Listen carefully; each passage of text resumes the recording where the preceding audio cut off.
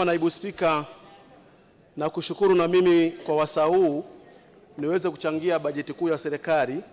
Kwanza kabisa, pamoja na ushauri wa mambo mengi nitakayoshauri hapa, niunge kabisa mkono bajeti hii ni nzuri, na Mheshimiwa Waziri wa Fedha, hongera sana, lakini tumpe hongera sana mama yetu Samia Suluhu kwa sababu ndio rais wetu wa Jamhuri ya Muungano wa Tanzania. Hongereni sana kwa kuja na bajeti hii.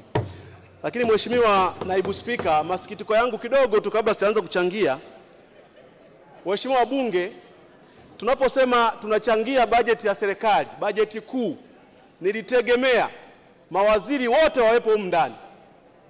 Mheshimiwa Naibu Spika, hapa nawaona mawaziri watano, na kwa sababu naona mawaziri watano, mimi nitachangia kwenye hoja zangu kutokana na mawaziri nao waona, kwa sababu lazima wanisikie na wasikie ushauri wangu.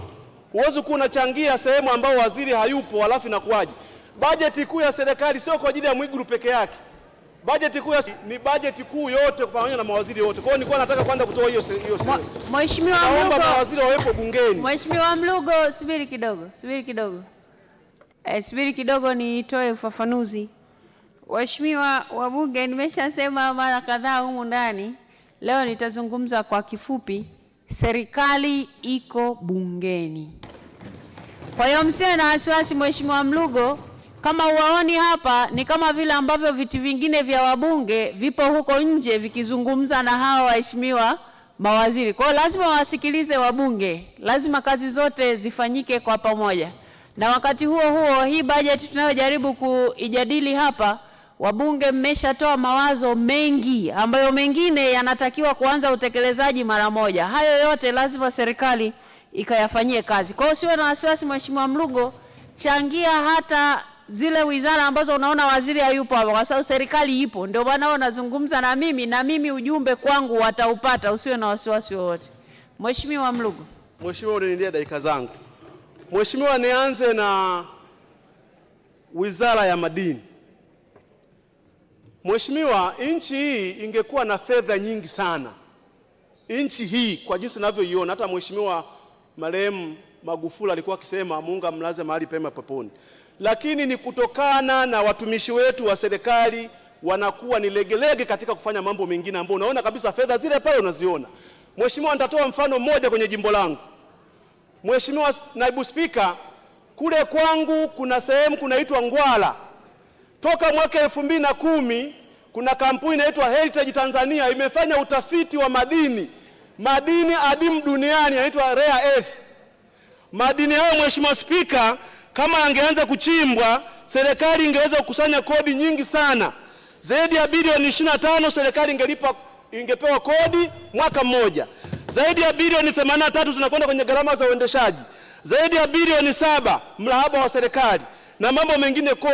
Ajira peke yake karibuni watu 1300 kule kwangu wangepata ajira na nchi nzima kwa ujumla. Lakini toka mwaka 2010 wanazungushwa kupata leseni special mining. Nilikuwa na kuomba Mheshimiwa Biteko na kuomba kwa unyenyekevu mkubwa, wapatieni leseni au Ngwala Peak Resource waweze kuchimba madini hayo. Ni madini ambayo hayapo Tanzania hii, hayapo Afrika hii, yapo kule Songwe. Na Mheshimiwa Waziri, unajua nilikuwa na kuomba ikiwezekana mwezi wa 7 usiishe, uwape leseni wale watu. Wanataka kukata tamaa, wanataka kuondoka nchini kama walivyoondoka watu wengine ambao walikuwa pale Maleza pale Mbangala, wameondoka. Mafuta yamepatikana pale ukingoni mwa Ziwa Rukwa, wamefanya utafiti, serikali imekuja imesema hapana. Mlikuwa mnafanya utafiti wa gesi, mmepata mafuta, mmepata na gesi, lakini kabla mjapata mafuta wamekutana na madini ya helium. Baada ya hapo PTBC wamekuja wamesema hapana, tufanye pamoja. Wameshindwa, wamekasirika, wameondoka. Mheshimiwa Naibu Spika, inauma sana. Mheshimiwa Spika, upande mwingine ambao ningeweza kuishauri serikali, naomba nirudi kwenye taarifa kidogo. Mheshimiwa Mlugo, kuna taarifa kutoka kwa Mheshimiwa Doto Biteko, Waziri wa Madini.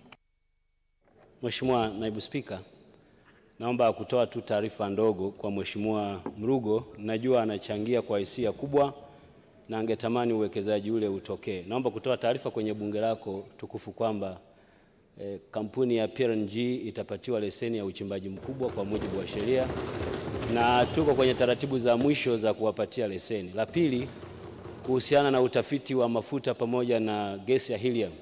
Naomba kumpa taarifa vile vile kwamba kampuni ya Helium One tayari imeshapewa leseni ya kufanya utafiti kwenye eneo hilo na taratibu zinaendelea.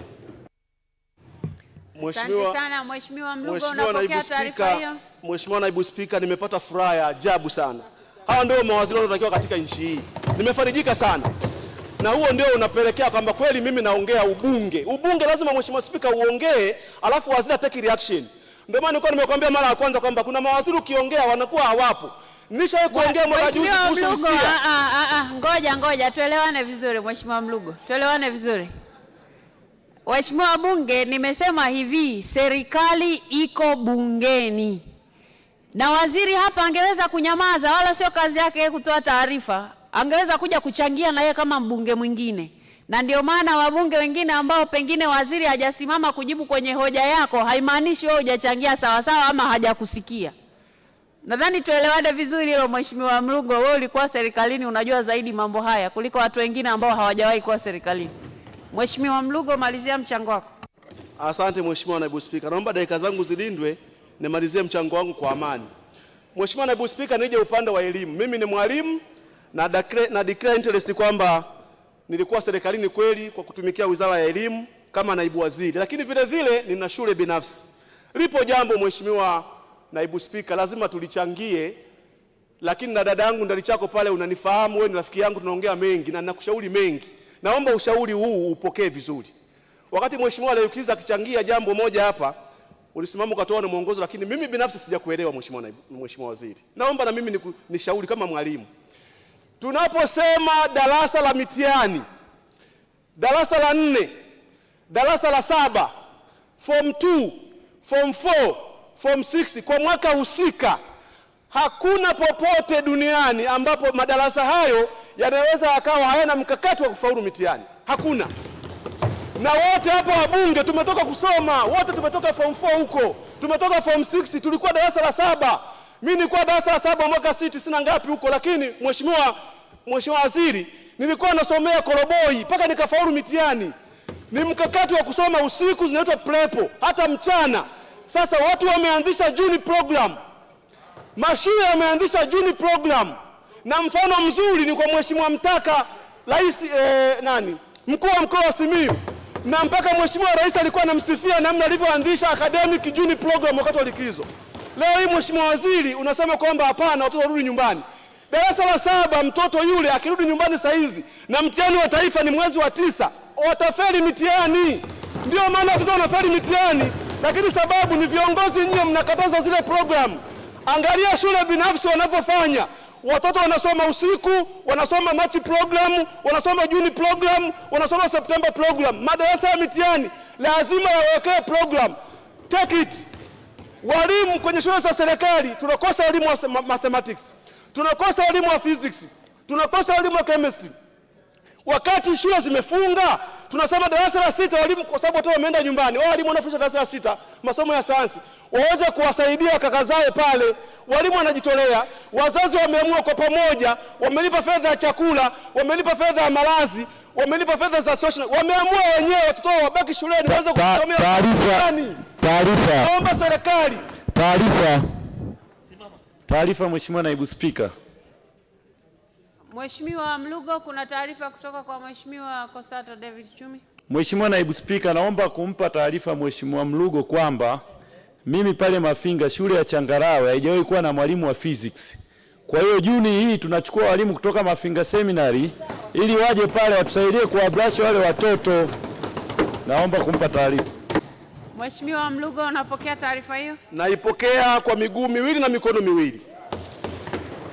Mheshimiwa Naibu Spika, naongea jambo ambalo mimi naishi huko, niko kwenye field, mimi ni mwalimu, nafundisha economics form 5 na form 6. Wakati wa mitihani lazima tuwawekee wanafunzi program. Mheshimiwa Naibu Spika, na wewe ulikuwa chuo kikuu cha Dar es Salaam pale, ndivyo ilivyo. Kwa hiyo Mheshimiwa Waziri, mimi leo naomba nikatae kabisa program zao kwamba eti watoto darasa la 7 leo warudishe nyumbani. Wakienda kule watakuwa wanatumwa sokoni, watakuwa wanacheza. Acheni wakae shuleni wasome. Wakae shuleni wasome, ni jambo zuri. Naomba sometime serikali mwe mnasikia mawazo ya wengine. Lingine, Mheshimiwa Naibu Spika, la mwisho, kipo kitu lazima tukifanya kwenye elimu kinaitwa PPP. Naomba nitoe takwimu ambayo Mheshimiwa Naibu Spika, ukiyapata hayo unaweza kuona nini ninaongea. Mwaka kesho serikali itashindwa kuwapeleka watoto form 1 kwenye shule za serikali. Kwa sababu gani? Mpango wa elimu bure ulianza miaka 6 iliyopita. Watoto waliopo leo darasa la 6 wako takribani 1,800,000. 1,100,800. Wanakwenda wapi? Serikali ina uwezo wa kuchukua kwenye madarasa yao na madawati watoto 750,000 tu. Kwa hiyo ni asilimia kama 100 kwa mwaka kesho lazima serikali ijenge shule zaidi ya hizi zilizopo za shule za serikali. Sio kama tutaweza. Namshukuru sana Mheshimiwa Rais, ametoa shule moja kila jimbo, lakini bado tuko 1 ya 100. Serikali naomba ije na mpango wa PPP.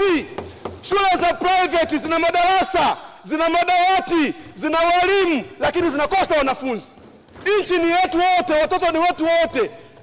Tuendeni tukakae pamoja, watu wa shule za binafsi tukae na serikali, tuone namna gani watoto hao wengine waanze kwenda kwenye shule za private wakajaze madarasa huko. Alafu serikali ianze kuwalipa mishahara kule, mbona ni kitu kile kile kama ambavyo mlifanya kwenye afya. Ni jambo jema mno. Na iomba sana serikali sikilizaga ushauri huu. Mheshimiwa Spika, Naibu Spika, baada ya kusema hao nasema naunga mkono hoja, lakini naomba mawazo yangu yachukuliwe na Mheshimiwa Waziri wa Elimu. Asante sana. Asante sana.